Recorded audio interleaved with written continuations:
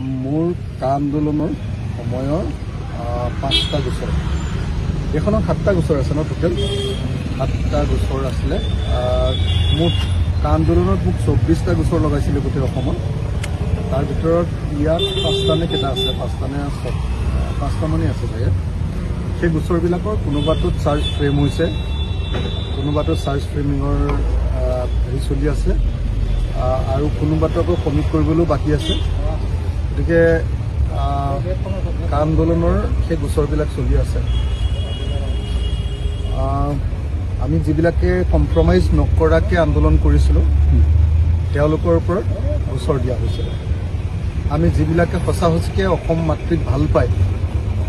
আন্তৰিকতাৰে সৈতে আৰু জেনুইনলি আন্দোলন কৰিছিলোঁ সেইবিলাকৰ ওপৰত গোচৰ দিছে আৰু যিবিলাকে মানে আপোনাৰ মানে নাম চাম ভালেই কৰিছে কিন্তু জেনুইনলি লগা নাছিলে তেওঁলোকতো কোনো গোচৰত আমি থকা দেখা নাই আজিৰ দিনতো আপোনালোকে নিশ্চয় দেখিছে যে বেছিভাগ ঠাইতে অকল কৃষকমুখী মানুহকেইটাই বেছিভাগ নহয়নে খুব কম আৰু দুটা এটা সংগঠন আছে